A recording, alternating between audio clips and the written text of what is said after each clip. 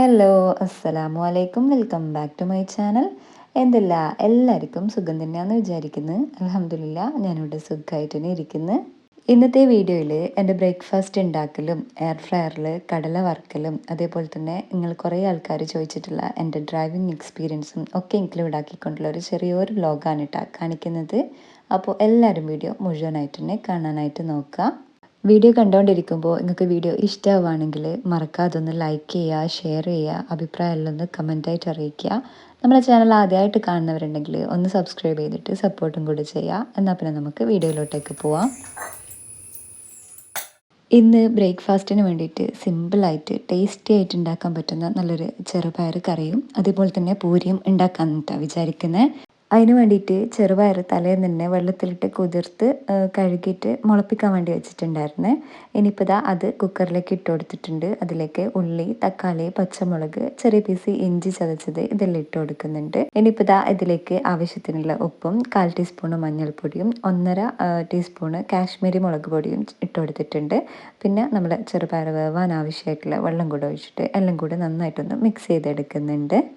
ഇനി കുക്കർ അടച്ച് ഒരു 4 വിസിൽ കേൾക്കുന്നത് വരെ നമ്മൾ ചെറുപയറൊന്ന് വേവിച്ചെടുക്കാം. തലേന്ന് കുതിർത്ത് റെഡിയാക്കിയിട്ടുള്ള ചെറുപയറായതുകൊണ്ട് തന്നെ പെട്ടെന്ന് തന്നെ വെന്ത് കിട്ടുന്നതായിരിക്കും കേട്ടോ.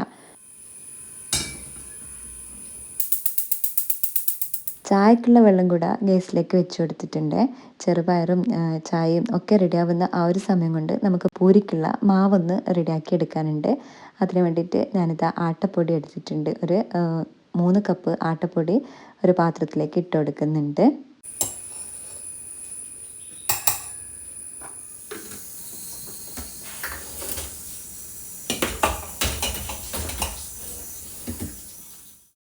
ഇനി ഇതിലേക്ക് ആവശ്യത്തിനുള്ള ഉപ്പും കുറേശ്ശെ വെള്ളം കൂടെ ചേർത്ത് നന്നായിട്ടൊന്ന് കുഴച്ചെടുക്കുന്നുണ്ട്. ചപ്പാത്തി മാവിനേക്കാളും കുറച്ച് ടൈറ്റാക്കിയിട്ടാണ് കേട്ടോ ഞാൻ പൂരിക്കുള്ള മാവ് കുഴച്ചെടുക്കാറുള്ളത്. ഇന്ന് ലഞ്ചിന് വേണ്ടിയിട്ട് സ്പെഷ്യലായിട്ടൊന്നും ഉണ്ടാക്കുന്നില്ല. ഈ ഒരു ബ്രേക്ക്ഫാസ്റ്റ് മാത്രമാണ് കേട്ടോ ഉണ്ടാക്കുന്നത്. കാര്യം എന്താണെന്ന് വെച്ച് കഴിഞ്ഞാൽ കുട്ടികൾ ഉച്ചയ്ക്ക് സ്കൂൾ ക്യാൻറ്റീനിൽ നിന്ന് ഫുഡ് കഴിക്കുമെന്ന് പറഞ്ഞിട്ടുണ്ടായിരുന്നു. അപ്പോൾ ബ്രേക്ക്ഫാസ്റ്റിന് പൂരിയും ചെറുപയർ കറിയും എന്തെങ്കിലും സ്നാക്സ് ആയിട്ട് അങ്ങനെ കൊടുത്തു വിടാമെന്ന് ചെയ്തിട്ടുള്ളത്. അങ്ങനത്തെ പൂരിക്കുള്ള മാവ് കുഴച്ചിട്ട് ബോൾസ് ആക്കി വെച്ചിട്ടുണ്ട്. അപ്പോഴേക്ക് നമ്മളെ ചെറുപയറും ചായയും ഒക്കെ റെഡിയായി വന്നിട്ടുണ്ട് കേട്ടോ. പിന്നെ ഇല്ലേ, നമ്മൾ ചെറുപയർ കറി ഉണ്ടാക്കുന്നതിൻ്റെ ഒരു ഭാഗം എന്നോട് മിസ്സായി പോയിട്ടുണ്ട് കേട്ടോ. കാര്യം എന്താണെന്ന് വെച്ച് കഴിഞ്ഞാൽ അരമുറി തേങ്ങ, കുറച്ച് മഞ്ഞൾപ്പൊടി, അതേപോലെ തന്നെ ഒരു നുള്ള് ചെറിയ ജീരകം ഇത് ചേർത്തിട്ട് നന്നായിട്ട് അരച്ചിട്ട് നമ്മൾ ചെറുപയറിലേക്ക് ഒഴിച്ചു കൊടുത്തിട്ടുണ്ടായിരുന്നേ. അത് തിളച്ച് വരുന്ന സമയത്ത് വെളിച്ചെണ്ണയിലേക്ക് കടുകും കറിവേപ്പിലയും ചുവന്ന മുളകും കൂടെ വറുത്തിട്ട് അങ്ങനെ ഇട്ട് കൊടുത്തിട്ടുണ്ട് കേട്ടോ. അപ്പോൾ ഇതാ നമ്മുടെ അടിപൊളി ടേസ്റ്റുള്ള ചെറുപയർ കറി റെഡി ആയിട്ടുണ്ട്. നിങ്ങൾ ഈ വീഡിയോ കണ്ടിട്ട് ഇതേപോലെ ചെറുപയർ കറി ഉണ്ടാക്കുകയെന്നുണ്ടെങ്കിൽ ആ ഒരു ഭാഗം ആരും മറന്നു പോകാണ്ടൊന്ന് ചെയ്യാൻ നോക്കണേ. കറിയും ചായയും എല്ലാം റെഡിയാക്കി വെച്ചിട്ടുണ്ട്. ഇനി പൂരി ഒന്ന് പൊരിച്ചെടുക്കാനുണ്ട്. അതിന് വേണ്ടിയിട്ടുള്ള ഓയിൽ ഒരു പാത്രത്തിലൊഴിച്ച് ചൂടാവാൻ വേണ്ടി വെച്ചിട്ടുണ്ട്. എണ്ണ ചൂടായി വരുന്ന സമയം കൊണ്ട് നമ്മൾ പൂരിൻ്റെ ഓരോ ബോൾസും അങ്ങനെ പരത്തിയെടുക്കലാണ്.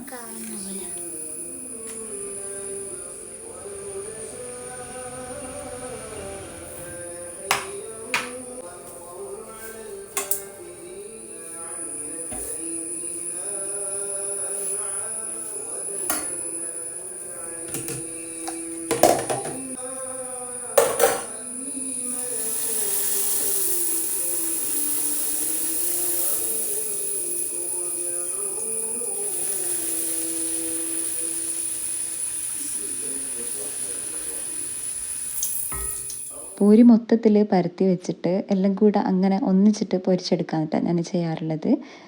ഓയിൽ നന്നായിട്ട് ചൂടായി കഴിഞ്ഞാൽ ഇതേപോലെ ഓരോ പൂരിയും ഇട്ട് അങ്ങനെ ഗോൾഡൻ കളറാവുന്നത് വരെ ഫ്രൈ ആക്കി എടുക്കലാണ് കേട്ടോ. നല്ല അടിപൊളി ടേസ്റ്റുള്ള ഗോൾഡൻ കളറായിട്ടുള്ള ബോൾ പോലെയുള്ള പൂരി നമുക്ക് ഓരോന്നും ഇങ്ങനെ ഉണ്ടാക്കി എടുക്കുന്നുണ്ട്.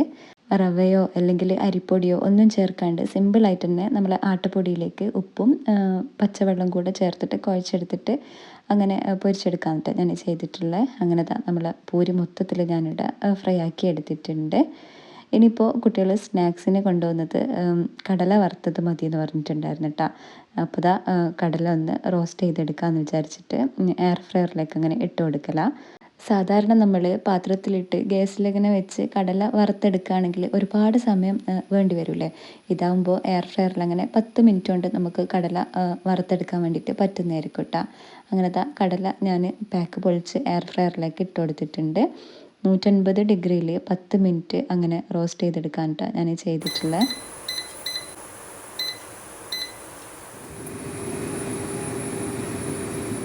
150 ഡിഗ്രിയിൽ 10 മിനിറ്റ് കൊണ്ട് തന്നെ നമ്മളെ കടല ഇതാ നല്ല അടിപൊളിയായിട്ട് റോസ്റ്റായിട്ട് കിട്ടിയിട്ടുണ്ട് കേട്ടോ. നമ്മൾ സാധാരണ പൂഴിയോ അല്ലെങ്കിൽ ഉപ്പോ അങ്ങനെ എങ്ങാനും ഇട്ടിട്ടില്ലേ കടല വറുത്തെടുക്കാറുള്ളത്. ഇതിൻ്റെ ഒന്നും ആവശ്യമില്ലാണ്ട് തന്നെ പെട്ടെന്ന് തന്നെ നമുക്ക് എയർ ഫ്രയർ ഉണ്ടെങ്കിൽ അതിൽ വറുത്തെടുക്കാൻ വേണ്ടിയിട്ട് പറ്റുന്നതായിരിക്കും കേട്ടോ. നിങ്ങൾ കാണുമ്പോൾ തന്നെ മനസ്സിലാവുന്നുണ്ടാവില്ല, നല്ല അടിപൊളിയായിട്ട് റോസ്റ്റായിട്ട് കിട്ടിയിട്ടുണ്ട് കേട്ടോ നമ്മളെ കടല. ഇനിയിപ്പോൾ ഇതിൽ നിന്ന് കുറച്ച് എടുത്തിട്ട് കുട്ടികളെ സ്നാക്സിന് വേണ്ടിയിട്ട് കൊടുത്തിട്ടുണ്ട്. സ്നാക്സിന് ബിസ്ക്കറ്റോ അല്ലെങ്കിൽ ബേക്കറി ഐറ്റംസോ കൊടുക്കുന്നതിന് പകരമായിട്ട് ഇതേപോലെ ഹെൽത്തി ആയിട്ടുള്ള എന്തെങ്കിലും നട്ട്സോ കാര്യങ്ങളോ കൊടുക്കുകയാണെങ്കിൽ കുട്ടികൾക്ക് അത് കഴിക്കാൻ വേണ്ടിയിട്ടും നല്ലതാണ്. അതേപോലെ തന്നെ അവരുടെ ഹെൽത്തിനും അടിപൊളിയായിരിക്കും കേട്ടോ. ഇനിയിപ്പോൾ ഇതാ നമ്മളെ കടല നല്ലോണം ചൂടാറി കഴിയുമ്പോഴത്തേക്ക് ഞാൻ അതൊരു പാത്രത്തിലേക്ക് മാറ്റിയിട്ടുണ്ട്.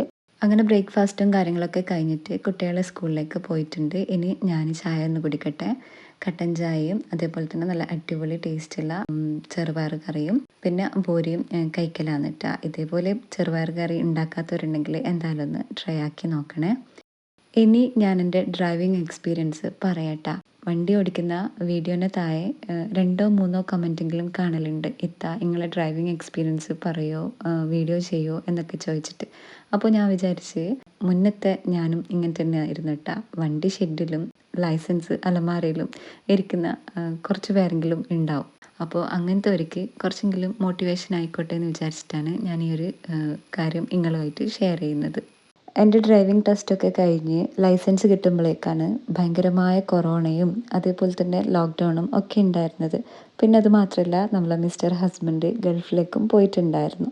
അതുകൊണ്ട് തന്നെ കുറച്ച് കാലത്തേക്ക് എൻ്റെ വണ്ടി ഓടിക്കുക എന്നുള്ള ആ ഒരു മോഹം അവിടേക്ക് മാറ്റി വെച്ചിട്ടുണ്ടായിരുന്നു. കാര്യം എന്താണെന്ന് വെച്ച് കഴിഞ്ഞാൽ നമുക്ക് ലൈസൻസൊക്കെ കിട്ടിക്കഴിഞ്ഞിട്ടുണ്ടെങ്കിലും നമ്മളെ വണ്ടി ഒന്ന് ലെവലാക്കി തരാൻ ഒരാളില്ല എന്നുണ്ടെങ്കിൽ അത് നമ്മൾ കുറച്ച് സ്ത്രീകളെ സംബന്ധിച്ചെങ്കിലും അത് വലിയൊരു ടാസ്ക് തന്നെ ആയിരിക്കും കേട്ടോ. എല്ലാവരെ കുറിച്ചല്ല പറയുന്നത്, നമ്മൾ ഡ്രൈവിംഗ് തുടക്കത്തിൽ തന്നെ പേടിയുള്ള ആ ഒരു കുറച്ച് ആൾക്കാരുണ്ടാവില്ല, അവരെ കുറിച്ചാണ് കേട്ടോ ഞാൻ പറഞ്ഞു വരുന്നത്. ഫസ്റ്റ് തന്നെ ഞാനൊരു കാര്യം പറയട്ടെ, ഞാൻ ഇന്ന് ഇതേപോലെ വണ്ടി എടുത്ത് പോകുന്നുണ്ടെങ്കിൽ തീർച്ചയായിട്ടും നിങ്ങൾക്ക് എല്ലാവർക്കും ഇതേപോലെ തന്നെ ഇതിനേക്കാളും സൂപ്പറായിട്ട് വണ്ടി എടുക്കാൻ വേണ്ടിയിട്ട് പറ്റും കേട്ടോ. അത് ഉറപ്പുള്ളൊരു കാര്യമാണ്. ആദ്യം തന്നെ വണ്ടി ഓടിക്കുന്ന സമയത്ത് എതിർവശത്തുനിന്നൊരു ബസ്സോ ലോറിയോ അല്ലെങ്കിൽ ഓവർടേക്ക് ചെയ്യുന്ന ആരെങ്കിലും നമ്മൾ കണ്ണാടിയിൽ കാണുമല്ലോ, അങ്ങനെയൊക്കെ ഉണ്ടെങ്കിൽ സത്യം പറയാലോ മുട്ട് വരച്ചിട്ട് ക്ലച്ചാണോ ബ്രേക്കാണോ ആക്സിലേറ്ററാണോ എന്താണ് കൊടുക്കേണ്ടതെന്ന് പോലും അറിയാത്ത അവസ്ഥ വരെ ഉണ്ടായിട്ടുണ്ട് എനിക്ക്. ഞാൻ ഇപ്പോൾ ഇതേപോലെ കോൺഫിഡൻറ്റോട് കൂടിയിട്ട് വണ്ടി എടുക്കുന്നുണ്ടെങ്കിൽ അതിൻ്റെ മൊത്തം ക്രെഡിറ്റും എൻ്റെ മിസ്റ്റർ ഹസ്ബൻഡിന് മാത്രമാണ് കേട്ടോ. ആൾ പിന്നെ നാട്ടിൽ വന്നിട്ട് വണ്ടി ഒന്ന് ലെവലാക്കി തന്നു. ഒരുപാട് കഷ്ടപ്പെട്ടിട്ടാണ് എന്നെ ഈ ഒരു ലെവലിലേക്ക് എത്തിച്ചു തന്നിട്ടുള്ളത്. ആവശ്യത്തിലധികം ശ്രദ്ധയും അതേപോലെ തന്നെ ക്ഷമയും ധൈര്യവും ഉണ്ടെങ്കിൽ ആർക്കും എടുക്കാവുന്നതേ ഉള്ളൂ കേട്ടോ വണ്ടി. വണ്ടി എടുത്തിട്ട് പോകുമ്പോണ്ടല്ലോ നമുക്ക് നമ്മളെക്കുറിച്ച് തന്നെ ഭയങ്കര ഒരു പ്രൗഡായിരിക്കും കേട്ടോ. നമുക്കുണ്ടല്ലോ നമ്മളെ ആവശ്യങ്ങൾ നിറവേറ്റാൻ അതേപോലെ തന്നെ കൂടെ പോകാനും വരാനും ഒക്കെ ആളുകളുണ്ടെങ്കിൽ നമുക്കതിൻ്റെ പഠിച്ചിട്ട് വലിയ കാര്യമൊന്നുമില്ല, ആവശ്യമില്ല എന്ന് വിചാരിക്കും. അല്ലാണ്ട് എനിക്ക് ഞാൻ മാത്രമേ ഉള്ളൂ, എൻ്റെ കാര്യങ്ങൾ ഞാൻ തന്നെ ചെയ്യണം എന്ന് വിചാരിച്ചിട്ടാണെങ്കിൽ നമ്മൾ എന്തായാലും ചെയ്തിരിക്കും കേട്ടോ. നമ്മുടെ മഞ്ജു വാര്യർ പറഞ്ഞ പോലെ നമ്മളെ കൊണ്ട് എന്ത് ചെയ്യാൻ നമുക്ക് കഴിയില്ല എന്ന് തോന്നുന്നു അതന്നെ ചെയ്യാനായിട്ട് ശ്രമിക്കുക. ചിലപ്പോൾ പരാജയപ്പെട്ടെന്നൊക്കെ വരാം, എന്നാലും നമുക്ക് പറയാലോ നമ്മൾ ശ്രമിക്കുന്നുണ്ട്, നമ്മൾ ചെയ്യാൻ നോക്കുന്നുണ്ട് എന്നുള്ളതൊക്കെ നമുക്ക് പറയാലോ. ഫസ്റ്റ് എടുക്കുന്ന സമയത്ത് എന്തായാലും പേടി ഉണ്ടാവും. എതിർവശത്തു നിന്ന് വണ്ടി വരുമ്പോഴൊക്കെ എന്തായാലും പേടി ഉണ്ടാവും കേട്ടോ. അത് ഒന്നാമത്തെ ദിവസം പോലെ ആയിരിക്കില്ല, രണ്ടാമത്തെ ദിവസം എടുത്തുകൊണ്ടേ ഇരിക്കുക, വണ്ടി ഓടിച്ചുകൊണ്ടേ ഇരിക്കുക. അങ്ങനെ ആവുന്ന സമയത്ത് നമുക്ക് തന്നെ ഒരു ധൈര്യം ഉള്ളിൽ വരുന്ന പോലെ ഫീൽ ചെയ്യും. വണ്ടി ടെസ്റ്റ് കഴിഞ്ഞ് ലൈസൻസ് അലമാരയിൽ വെച്ച് ഓട്ടോ പിടിച്ച് പോകുന്ന എത്രയോ ആൾക്കാർ എനിക്കറിയട്ടാ. അതുകൊണ്ട് നമ്മൾ തന്നെ തുനിഞ്ഞിറങ്ങിയാൽ മാത്രമേ നമുക്ക് ആ ഒരു ധൈര്യം കൈവരിക്കാൻ വേണ്ടിയിട്ട് പറ്റുള്ളൂ. പിന്നെ ഒരു പ്രത്യേക കാര്യം പറയാനുള്ളത്, നമ്മളൊരു 30 വയസ്സൊക്കെ കഴിഞ്ഞ് കഴിഞ്ഞാൽ പ്രായം കൂടുന്നതിനനുസരിച്ചിട്ട് പേടിയൊക്കെ കൂടി ധൈര്യം കുറഞ്ഞു വരാൻ വേണ്ടിയിട്ട് ചാൻസ് ഉണ്ട്. അതുകൊണ്ട് ഞാൻ നേരത്തെ പറഞ്ഞ പോലെ ലൈസൻസ് എടുത്ത് അലമാരയിൽ വെച്ചിട്ട് ഓട്ടോ പോകുന്നവരാണെങ്കിൽ ഇപ്പം തന്നെ ഇറങ്ങിക്കോ. വണ്ടി ഒന്ന് ലെവലാക്കിയിട്ട് ധൈര്യത്തോടെ വണ്ടി എടുക്കാൻ വേണ്ടിയിട്ടൊന്ന് നോക്കുക കേട്ടോ. ഫസ്റ്റിലത്തെ ദിവസം എന്തായാലും പേടി ഉണ്ടാവും. സെക്കൻഡാമത്തെ ദിവസം ഫസ്റ്റിലത്തെ ദിവസത്തെ അത്ര അങ്ങോട്ട് പേടി ഉണ്ടാവില്ല കേട്ടോ. കുറച്ചൊരു ധൈര്യം വന്ന പോലെ ഉണ്ടാവും. മൂന്നാമത്തെ ദിവസം കുറച്ചും കൂടി ഒരു ധൈര്യം വന്ന പോലെ ഉണ്ടാവും. അങ്ങനെ അങ്ങനെ അങ്ങനെ നമ്മൾ പഠിച്ച് ആരെയും ഡിപ്പെൻഡ് ചെയ്യാതെ നമുക്ക് ആവശ്യമുള്ള കാര്യങ്ങൾ നമ്മൾ തന്നെ ചെയ്യാൻ വേണ്ടിയിട്ട് നോക്കുമ്പോണ്ടല്ലോ നമുക്ക് വലിയൊരു പ്രൗഡായിരിക്കും കേട്ടോ നമ്മളെ സംബന്ധിച്ചിടത്തോളം. ഡ്രൈവിങ്ങിനെ കുറിച്ച് ആധികാരികമായിട്ടൊന്നും പറയാൻ എനിക്കറിയില്ലെങ്കിലും എൻ്റെ ചില എക്സ്പീരിയൻസും അനുഭവങ്ങളൊക്കെയാണ് ഞാൻ നിങ്ങളുമായിട്ട് പങ്കുവച്ചിട്ടുള്ളത്. അപ്പോൾ എല്ലാവർക്കും വീഡിയോ ഇഷ്ടമായിട്ടുണ്ടാവുമെന്ന് വിചാരിക്കുന്നു. വീഡിയോ ഇഷ്ടമായെങ്കിൽ ലൈക്ക് ചെയ്യാൻ മറന്നവരെന്തായാലും ഒന്ന് ലൈക്ക് ചെയ്യുക, ഷെയർ ചെയ്യുക. വീഡിയോനെ കുറിച്ചിട്ടുള്ള അഭിപ്രായങ്ങളെല്ലാം ഒന്ന് കമൻ്റായിട്ട് അറിയിക്കുക. അതേപോലെ തന്നെ വീഡിയോയിൽ എന്തെങ്കിലും മാറ്റങ്ങൾ വരുത്താനുണ്ടെങ്കിലോ അല്ലെങ്കിൽ നിങ്ങൾക്ക് എന്തെങ്കിലും യൂസ്ഫുൾ ആയിട്ടുള്ള തരത്തിലുള്ള വീഡിയോസ് ചെയ്യണമെങ്കിൽ അതൊക്കെ ഒന്ന് പറയാം. അപ്പോൾ ഇൻഷാ അള്ളാ അടുത്ത നല്ലൊരു വീഡിയോ ആയിട്ട് വരുന്നത് വരേക്കും എല്ലാവരും ഹാപ്പി ആയിട്ടിരിക്കുക, സേഫ് ആയിട്ടിരിക്കുക. അതുവരേക്കും എല്ലാവർക്കും അസ്സലാമു അലൈക്കും, ബൈ.